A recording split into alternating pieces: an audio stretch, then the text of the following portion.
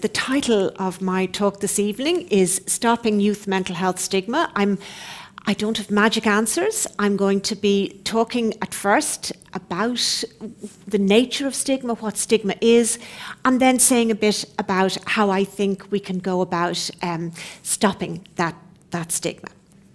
So the first thing to say is that there is a great deal of recognition internationally that stigma is a problem for people who've got mental health problems. So what you'll see here are two quotations from the World Health Organization which point to the challenges that stigma creates for people who've got mental health difficulties. So in other words, the World Mental Health Organization is saying having a mental health difficulty makes you vulnerable, and the stigma that society directs towards you increases your vulnerability, adds to the difficulties that you're having. And that stigma has got nothing to do with your problem. It's not yours, it is society's issue. What I want to argue is that most of what we know about stigma, we actually know about the stigma experienced by adults. So I'm going to say a little bit more about that, because I'm going to argue that stigma is a little bit different during adolescence and early adulthood. As you would expect, the lives of adolescents and young adults are different from the lives of adults. Now, the term stigma, I'm sure it's familiar to you all. You see it used all the time. People talk about experiencing stigma. They talk about comments as being stigmatizing. But when you're doing research on it, you have to be very precise and you have to be really clear about what you mean. So when I talk about stigma, I am really talking about an umbrella term that has got, what I will argue, are four important components, and those four components together make up the stigma. So the first of these is stereotypes. So a stereotype is having an assumption about a person simply on the basis of one thing that you know about them. So that's making an assumption about a person that you know has a mental health difficulty without knowing them personally. So assuming that they are dangerous or lazy, or that they could get over it if they would pull themselves together. Those are stereotypes. In other words, they are assumptions about a group of people because you know one thing about that group of people. The second element of stigma is prejudice. Now, prejudice is believed in the literature to follow on from stereotype, and prejudice is an emotional reaction. So prejudice is, I feel angry because I have to make allowances for somebody who's got depression. If they pull themselves together, they'd be fine. And why should I allow it to impact me? So it's an emotional reaction. Okay, so prejudice is the second part of stigma. The third part of stigma, and again, all three of these are logically connected. The third part is discrimination. And so the discrimination is that I am going to behave in a negative way, so I am going to do something negative towards this person that I'm annoyed with because I have made an assumption about them. So this is, I am going to deny a person that I know to have a mental health problem a job because I think that they won't pull their weight. Or I am going to deny them an opportunity to take part in an event because I think that they will be disruptive. So discrimination is the third component. Sorry, I only need the glasses for reading. I don't know why I have kept them on there. So it's important to make that distinction because if you think about it, we can make laws to stop discrimination. And we do. We have lots of laws to stop discrimination against various groups of people. But no law can stop prejudice or stereotyping. Okay, so these are, they can seem like a little, or maybe subtle, or not so important, but in fact these are important differences to keep in mind. And the final point is one which you don't often hear emphasised, but again, I think it's an important one for you to think about. And that is, within this umbrella term, we think of stigma as only being directed towards groups in society who have less power. Now, having just come through a general election, let me give you an example of how it's possible to have stereotypes, prejudice and discrimination without having an imbalance of power. So you don't like people from political party X. You believe that they are all cheats and that none of them have the good of the country at heart. You react with anger every time you hear one of them on the radio or on television. And so what do? If they come near your door, you either don't answer the doorbell or you close the door in their face. Now, all of those are the kinds of reactions that I have just described towards someone with a mental health difficulty. But we would not describe those politicians as experiencing stigma because there isn't a power imbalance. Politicians, and even people who are running for political office, are not people who are vulnerable because they're running for office. So we would reserve the term stigma for people who experience stereotypes, negative emotional responses and discrimination, and who are also in a less powerful position within society. A further distinction that I want to make is a distinction about different types of stigma. And again, even though you may say, oh, well, that's a bit subtle, in fact, it is important. And so let me just go through these briefly and quickly and give you an example. So perceived stigma, sometimes called public stigma, is what we think the rest of the public believe. All right, so all of us can say we think people have certain beliefs. But we also can distinguish the beliefs from our own beliefs. So just because everybody thinks X, it doesn't mean that I necessarily think X, okay? And also, I will distinguish that from self-stigma, which is if everybody thinks it, then it must be true about me. So I'm going to ask you some questions which I want to, I'm going to get you to answer because I think it helps to show what the importance of this distinction is, and also because I think it illustrates some important points about stigma research finding. So I'm going to tell you what the questions are, and then I'm going to ask you to answer them with a show of hands. Okay. So the first question I'm going to ask you is whether you believe that most people have a prejudice against people with mental health problems, to a greater or lesser extent. We're not saying everybody is highly prejudiced, but do you think that in the general public there is stigma? And then I'm going to ask you whether you believe that your beliefs about mental health or people with mental health difficulties are the same as, less than, or more than what the general public believe, okay? So those are the questions I'm going to ask you. So first of all, I'm going to ask you, do you think that in the general public there is stigma towards people who've got mental health problems? And could you put your hand up if you think that that is true? Okay, so I think that's pretty unanimous, and I would put my hand up. I think, yes, there is stigma towards people with mental health problems, we believe. Now, think about how you think about people with mental health problems. So can I ask you, first of all, do any of you think that you've got beliefs about people with mental health problems that are more stigmatizing than the general public? Could you put your hand up if you think that is the case? Okay, so none of you believe that you have a belief that's more stigmatizing than the general public. What about the same as? How many of you think that you have about the same level of stigma as the general public? Okay, so nobody has put their hand up. Now I'm going to ask you, how many of you think that the stigma that you have is less than the general public?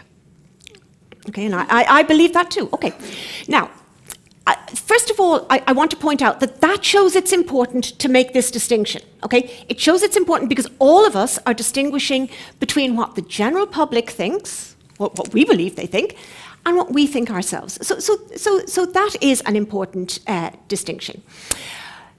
It's probably not very surprising that at an evening lecture, when you've all made a big effort to be here, you're definitely showing an interest in mental health, you've come along, I would be very surprised if people in an audience like this were more stigmatizing than the general public. But let me tell you, we have given questionnaire to thousands of young people. And we always find that people believe that their stigma is less than the general public stigma, okay? Now, two important things there is, first of all, it's unlikely, isn't it? Like, it's like what they say about driving. Everybody thinks that they're a better than average driver. Obviously isn't the case, because average is made up of people who are worse and better. More importantly, though, it means that if you have a mental health problem, almost certainly you are overestimating how much prejudice is out there, okay? It's very likely that you are perceiving it as greater than yours when it may not necessarily be the case, okay? So I want you to bear that in mind. Now, self-stigma is important because we believe that this is a consequence of perceived or public stigma, and that is that if you've got a mental health problem that is stigmatized and you are bombarded all the time with negative messages, either from people that you know or from the press or the media broadly, then it's possible that you internalize that, so that you come to have these negative perceptions of yourself. Now, in fact, I'm going to say very little about self-stigma this evening, but I think it's important to say that that is itself a distinct and separate form of stigma. Okay, so that's got definitions of stigma and out of the way. So now I hope I've clarified what I'm talking about this evening. So let me say to you what we know about from many years of research on mental health stigma in adults. So what we know, first of all, is that there is a great deal of stereotyping of people with mental health difficulties within the media in general, including the social media and so on. That's what the tree is supposed to represent. So that there's lots of different negative messages about people with mental health difficulties out there. But the other two major forms of stigma that are very widely reported in the literature with adults are discrimination as the discrimination part of stigma. The first is in job seeking. So the experience of getting turned down for a job because you tell your would-be employer that you have a mental health difficulty. So that's clearly evidence for that in the literature. And the other one is housing, that people find it more difficult to get a house because landlords do not want to have them as tenants. And there is a good deal of literature from many countries around the world that these are genuine difficulties that people who've got particularly serious mental health difficulties are likely to face. And it's possible that, then that you could say, well, this is what mental health stigma is. But what I want to point out is that if you're a young person, particularly if you're a teenager or, say, a young college student, this may not be the main form of discrimination that you experience. So definitely you may experience the same negative stereotyping from the media that an adult will. But if you're in college, you're not out there, you may not be looking for a job other than a part-time job. And accommodation may not be such an issue for you.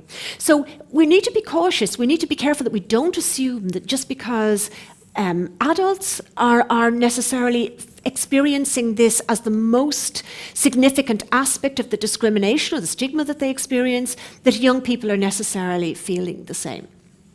And this is where some of the work that I have done with my graduate students comes in, because what we've been trying to do is we've been trying to document the kind of stigma that is experienced by young people.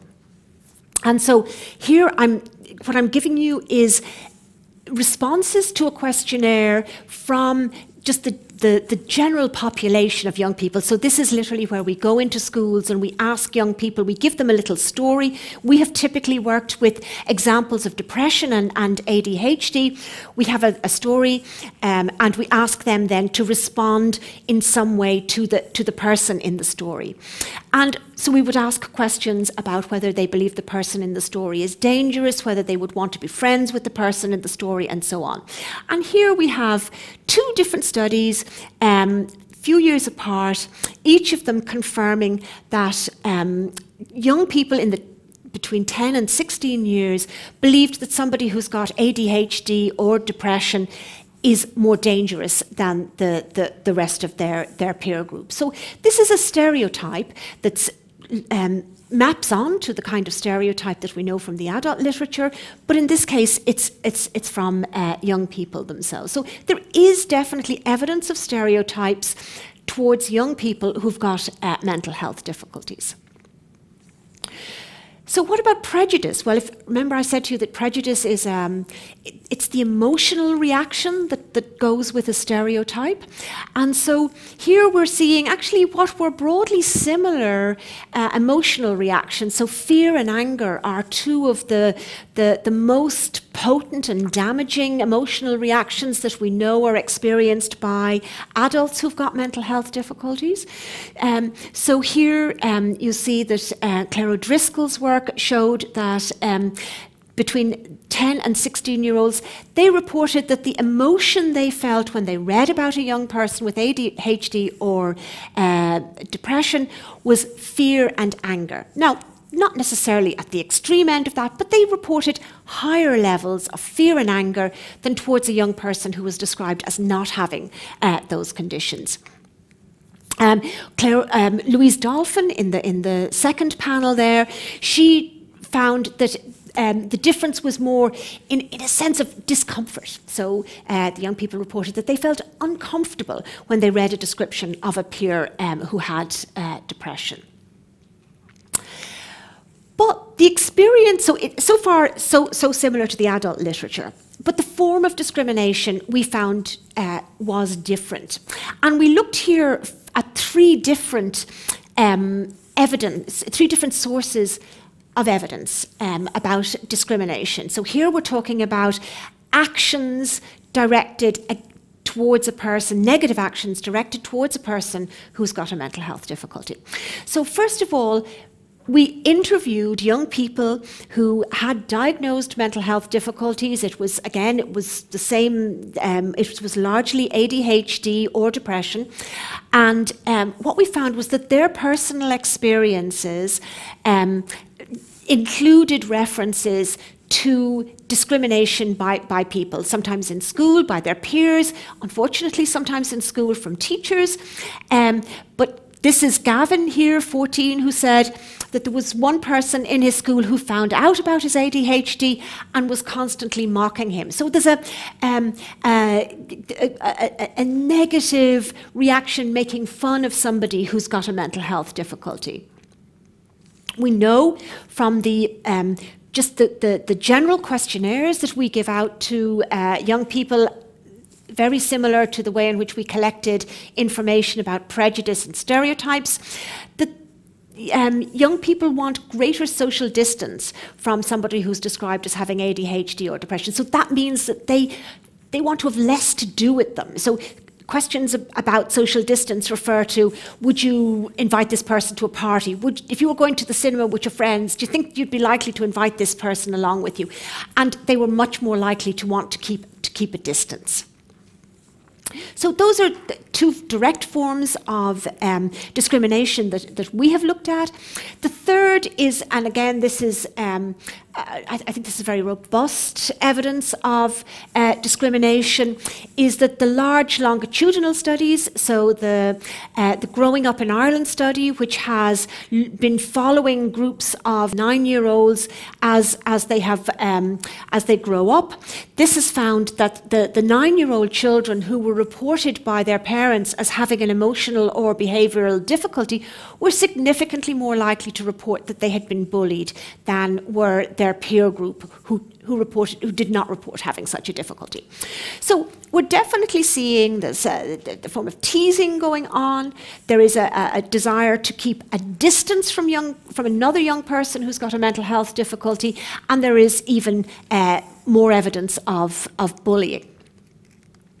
So where does that leave us in comparison to what we know about the experiences of adults?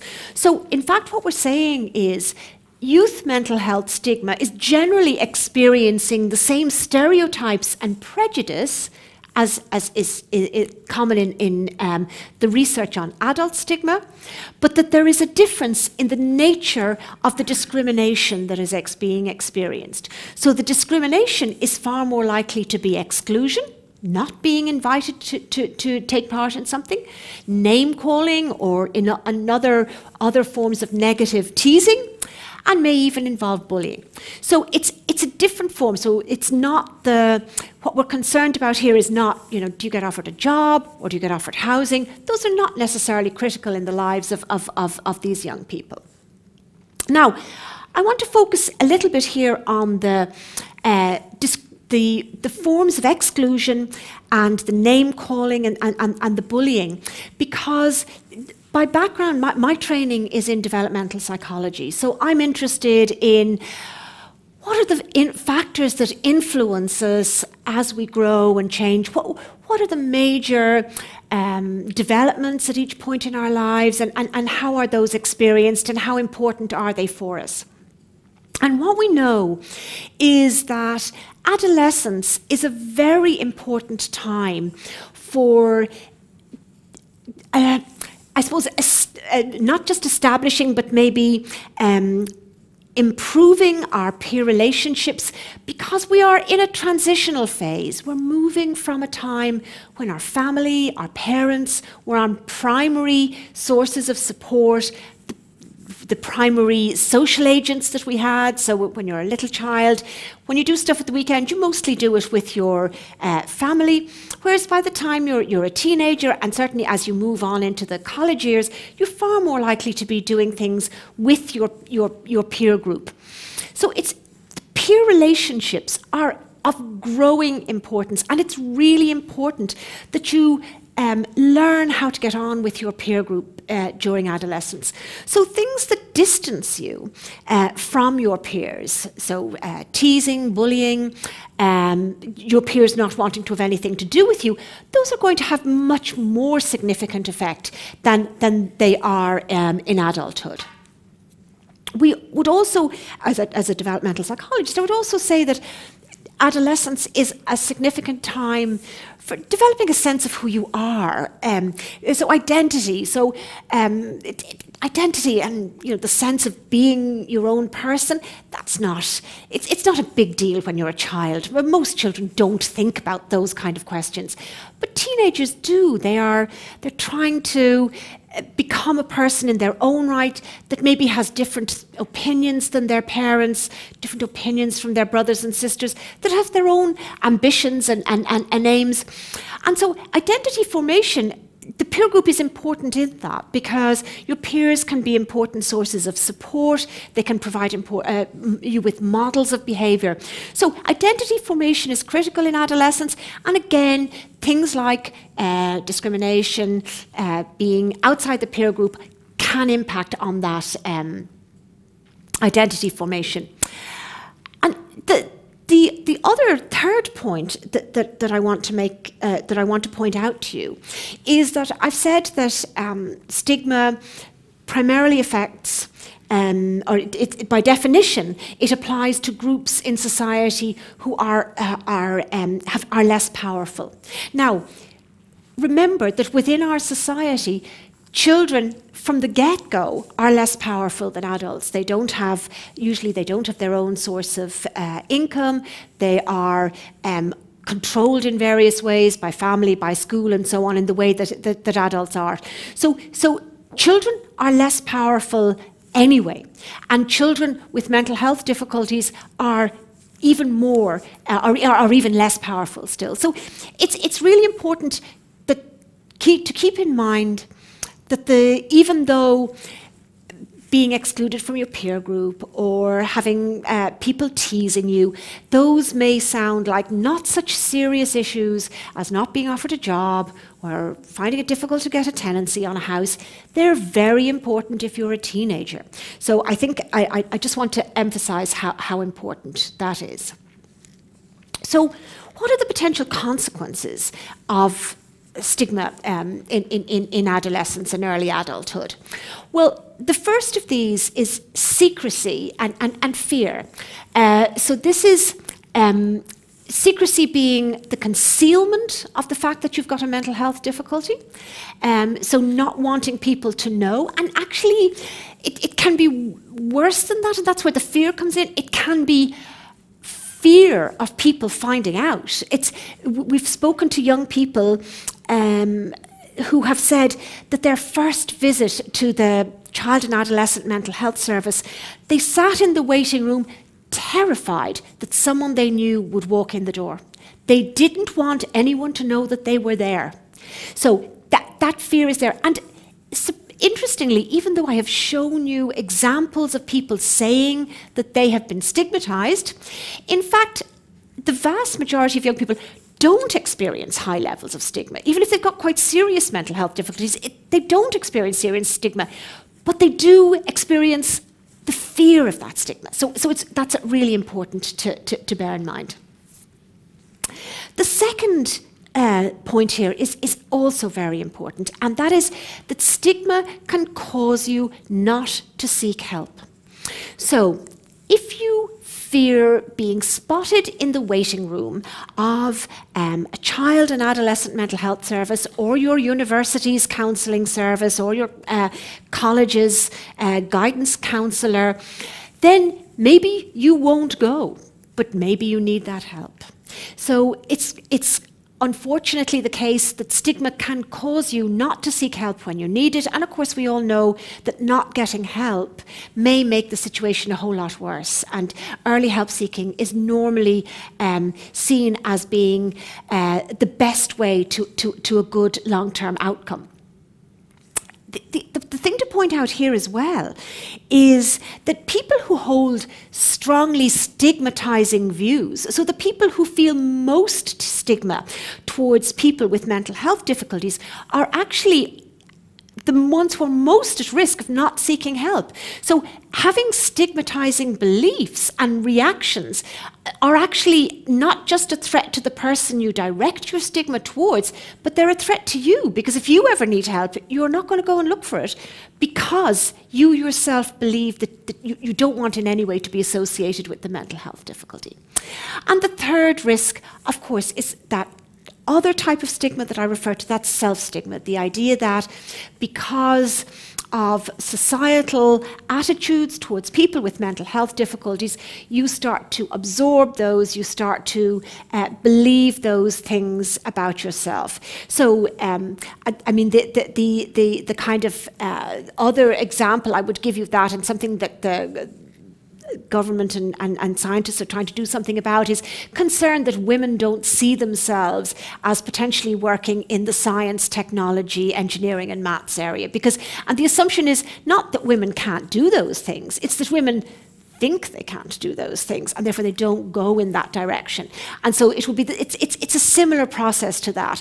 I think that because I've been told I've been diagnosed with a mental health problem, or because I've been struggling with certain mental health challenges for several years, that becomes self-limiting, because you believe that you can't go further, you believe you shouldn't go for that job, you believe you shouldn't go for that college course, or so on.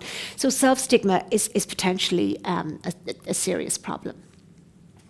Okay, so what do we do? So how can we address that stigma? Well, here I want to say, to me, one of the most important reasons why we should be conscious of stigma in adolescence and early adulthood is because this is the very, very best time to do some form of intervention. It's the very best time when people's opinions are forming, when they're just beginning to develop a strong sense of themselves, of their attitudes towards other groups in society.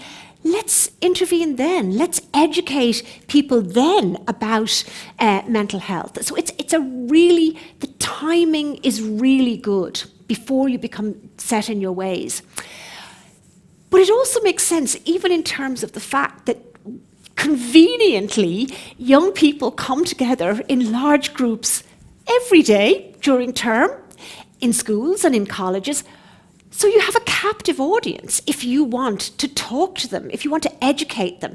It's going to be much more difficult to get into the Microsofts or the Apples or the KPMGs and try to run day-long or 6-week-long interventions with the workforce and try to change their stigma.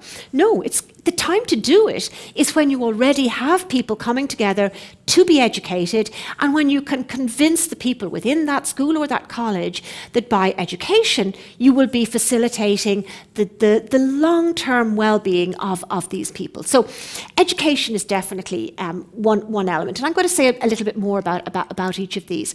The second is contact. Now, contact is seen as the absolute key way of counteracting stigma in adulthood.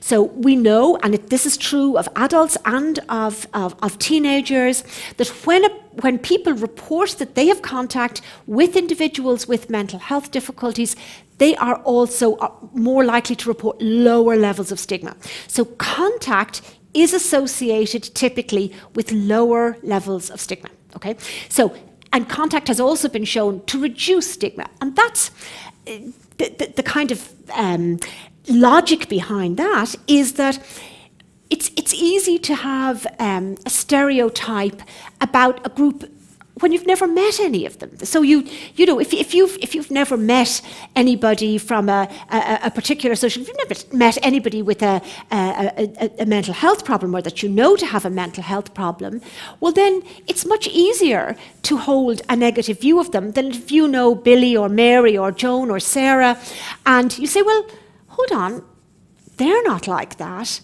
so why would I hold that view? I know at least someone it isn't like that. So it's humanizing. So a contact is seen as a powerful impact because it humanizes people who've got mental health problems. So that's another potential source. The final thing I have put here is more robust experimental studies, and that is simply, I have that there because the argument would be, if we are going to run interventions in schools, if we're going to educate young people about mental health difficulties, then we really should be doing that using evidence, the very best evidence we have. So what is the very best way in which you can educate somebody or you can facilitate contact in order to reduce stigma? And so it's very important that we gather information on that. Okay. So let me say a little bit about each of those. So education, I've got 2 slides on education because now there are loads of different approaches to education, but these are 2 approaches which I'll explain I suppose the primary difference between them. So have any of you heard of mental health literacy? No, okay. So it's the idea is that you think of mental health as being knowable in the way that reading and writing are knowable. So it's the idea that some people know more about mental health than others, and there is definitely evidence that people who know more, again, have less prejudice, less discrimination, are less stigmatizing. So in the main, mental health literacy interventions aim to do 4 things. Now, this is not they vary a little bit in what's included within them, but take this as kind of in the main. So first of all, they try to lower stigma in a variety of different ways. They try to increase help-seeking knowledge. So that is both increasing the young person's knowledge about when and how to go about looking for help, and maybe even how to spot somebody who is very distressed, who appears to be having a difficulty. The third element is help-seeking efficacy. So this is teaching young people that there is something that can be done for you if you've got a mental health problem. You can be helped. Because one of the things that we know puts off people from seeking help is a belief that they can't be helped. So, I mean, why would you look for help if you think you are a hopeless case? So it is saying to people, there are things that can help, and if you go and seek them out, then you will start to feel better. And then the fourth element, this should probably be the first one that goes on the list, but anyway, it's there, is how to maintain good mental health. So talking about spotting signs when you're stressed, knowing that it's good to be physically active, and that being physically active helps not just your physical health, but also your mental health. That we all need to spend time with our friends, that we need social activity. Human beings are social animals. So mental health literacy tends to be a kind of, it's like, you could almost say, it's like thinking of French classes, but run over a shorter period of time. So it is treating mental health as a topic and then teaching it to you, okay?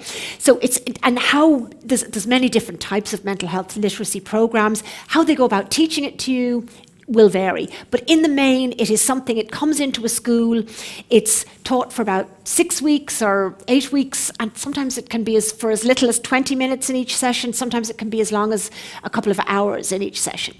But this is what it's about. I would say it has slightly more emphasis on giving people an insight into help-seeking knowledge and efficacy, and doing that by saying, this is depression, this is what schizophrenia is, this is what it means to have bipolar. So it does teach about diagnosed mental health diagnosis or mental health problems. The other educational approach to reducing stigma is through what's referred to as the whole school approach. And this is an approach that really focuses on well-being and really plays down anything about describing diagnosed mental health difficulties. So this is where you look, where schools think about how they can promote well-being within the whole school. It's typically not just targeted at the school pupils. It also is usually targeted at teaching staff, or well, the whole staff of the school. It's there so that staff are encouraged to think about their own mental health, taking time for themselves, not becoming stressed themselves. It's typically strengths and resilience focused, so talking to people about how you can cope with difficult situations, because we know that coping skills can help. So again, it's a way of, so this is those kind of strengths and coping skills are part of the well-being aspect of the mental health literacy thing. So typically within the whole school approach as well, there's a great deal of emphasis on kind of school, very overt references to well-being within documentation within the school, so that the school writes well-being into its mission statement. It says it's part of its values, and it's really part of the whole culture within the school. So they don't really say much about mental illness. And they see mental health and well-being as everybody's business. Now, how you say, well, I don't see anything anti-stigma there. Well, the whole point of it is that this is a place which will be trying to not have any of those discriminatory behaviours that we said are part of stigma that's experienced by adolescents. So this is a school where bullying, this really very concerted efforts to reduce levels of bullying, where name-calling is not tolerated, where people are expected to be inclusive in their actions. So rather than saying very overtly, let's reduce stigma, what they're doing is they're encouraging the actions that are inclusive and non-stigmatizing. So those are two broad approaches. Those both approaches have been demonstrated in some studies to have very positive impact. So in other words, what you do is you measure people's stigma before and after they have taken part in some of these programs, and what you find is that at least in the short term, stigma decreases, well-being increases, attitudes to people with mental health difficulties improve.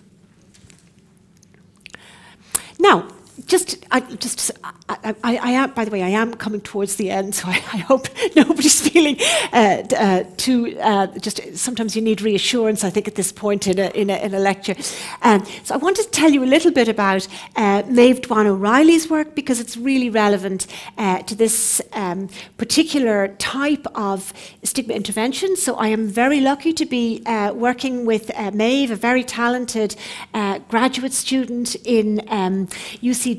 She's working with Jigsaw. I'm sure many of you have heard of Jigsaw, a mental health service for young people. And so what Jigsaw have recently introduced a school intervention that they're calling One Good School. You may remember that they had the One Good Adult idea, that young people who had an adult they could turn to were more likely to be flourishing in their mental health than people who didn't.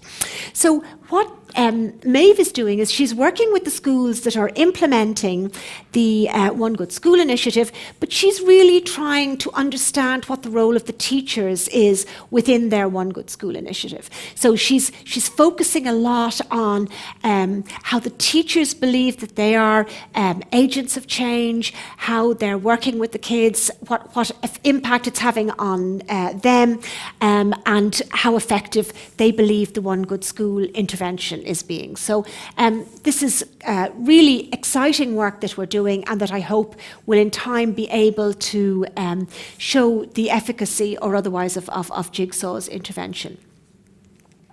Now, contact, I said, is the second way in which stigma is normally addressed, and particularly within the adults. Now, this is a study, not one that we have done in UCD. This is a study by Katie Chisholm, who is a researcher in Birmingham University, where they do a lot of mental health stigma research. Now, this I found an interesting study, because what they did is they ran an intervention in schools over the course of a full day. So they took over the school for the day, and they did a kind of a clever thing in that in order to promote contact, half of the children who were part of this education intervention for the day got some part of their intervention from a young person that they only discovered in the afternoon was a young person who themselves had experienced a mental health difficulty. So in other words, they would be working with this young person all morning, and then in the afternoon, the young person would say, "What I didn't tell you this morning is that I experienced psychosis, or I have been diagnosed with a bipolar." So the idea was that the young people would get to know somebody who had experienced a mental health difficulty and would experience them as a real person, and hopefully learn to overcome their stereotype or their prejudice. They evaluated it. Now, what they found was that at the 2-week follow-up, stigma improved for the people both who had contact and those who only had education. So both groups had education, some had education and contact. But interestingly, over the longer term, what they found was that it was the education that had more long-lasting effects, okay, not the contact. Now, they say it needs further work, but it's interesting. And in fact, I know of another big study that was done, which looked at combining the findings of many published studies. And what they found was that education is not particularly effective with adults. Contact is more effective with adults, but education is where it's at with young people. So we need to really keep an eye on that. And that's why my third point here is really important.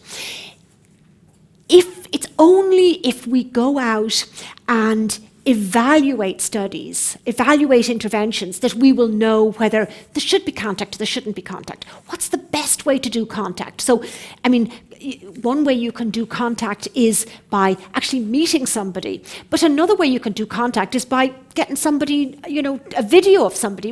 Is that just as good? Maybe it is, maybe it isn't. But it's an important question to ask. So we need to do this research. So I just have put up here some of the key features of good quality studies, so that if you're going to compare groups, so normally in a study that is evaluating some kind of an educational intervention, you will be randomly allocating people to different groups to make sure that you don't get all the people who are really interested in mental health in one group, and you think your intervention is fantastic when in fact it was all that those people were interested anyway.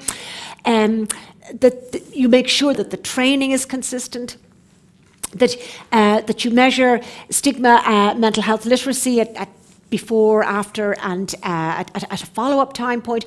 So again, what I'm saying is, if we really are going to tackle stigma, we need not just to think about interventions and the other ways in which stigma can be counteracted. We need to measure whether it has been effective or not, because that's how we will do the best. Then a final point that I want to make relates to another one of my graduate students, Daronia Murphy, and this time we're looking at help seeking and stigma from a different point of view. So instead of going and talking to the young people themselves, this is a study we're doing with parents. And Daronia at the moment is just coming to the end of a study which has involved a lot of interviews with parents, and what we're trying to understand is what was their pathway to looking for help for a young person, a son or daughter who they thought might have a mental health difficulty. Now, sometimes they did, sometimes they didn't. Sometimes it was a serious problem, sometimes it was a minor problem.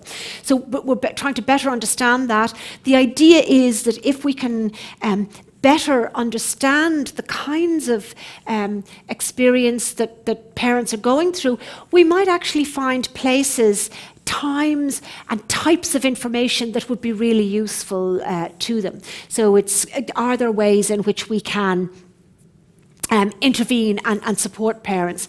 And Daronia's work is part of this larger series of projects that's being funded by the Health Research Board. We're called ULEAD. It's worth, you might want to have a look if you're interested in youth mental health. Just check out ULEAD. We are a group of researchers in UCD, in RCSI and in NUIG.